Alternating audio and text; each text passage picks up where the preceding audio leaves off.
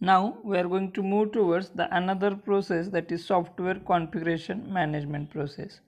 The software configuration management process can be defined as a process to systematically manage, organize and control the changes in the documents, codes and other entities during the software development life cycle.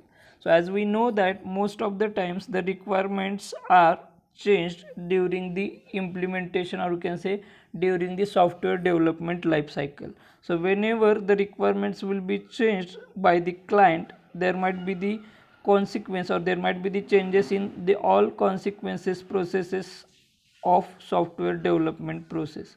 So in that case, the software configuration management process is used to manage all those changes made by the customer, and which manages systematically and organize and control the changes made in the documents, codes and other entities during the software life cycle.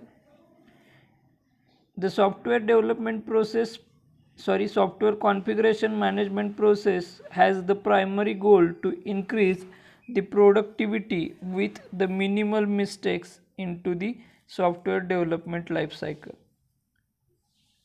The primary reasons for implementing software configuration management system are: there are multiple people working on software which is continuously updating. It may be a case where multiple versions, branches, authors are involved in the software project, and the team is geographically distributed and works concurrently. As we know that most of the, or you can say the whole team of that software development is distributed over the geographical area into the different offices, or you can say branches of that industry. So there might be the changes in the user requirement, policies, budget, schedule need to be accommodated by all the team members who are the part of that software development life cycle. The software should be able to run on various machines and operating systems. Helps to develop the coordination amongst the stakeholders. This software configuration management process is used to develop the coordination amongst all such team members, or you can call it as stakeholders, by, or you can say into the software development life cycle. The SCM process, that is software configuration management process, is also beneficial to control the cost involved in making changes to that system. Now we will move towards the tasks in software configuration management process. First one is soft configuration identification, then baselines, then change control, then configuration status audit accounting, and last one is configuration audits and reviews. The first process of software configuration management, or the task we can call it as, is the configuration identification. Configuration identification is nothing but it is the method of determining the scope of software system. With the help of this step, we can change or manage or control something even if you don't know what it is. It is the description that contains CSCI type, that is computer software configuration item, a project identifier and a version information. The configuration identification, in short, we can call it as it is the way or the method by which we can determine the scope of software system, by which we can identify the different changes that can happen into the requirements of that user. Next task is, that is baseline. A baseline is a formally accepted version of software configuration item. It is designated and fixed at a specific time while conducting the SCM process.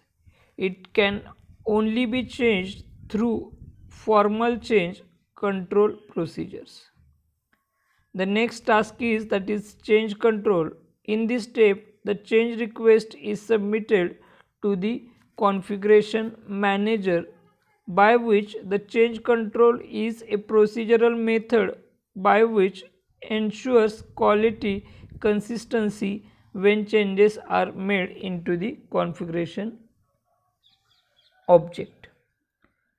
In short, we can say that the change control is nothing but it is the method which ensures the quality and consistency whenever the user or customer will make the changes into the requirements.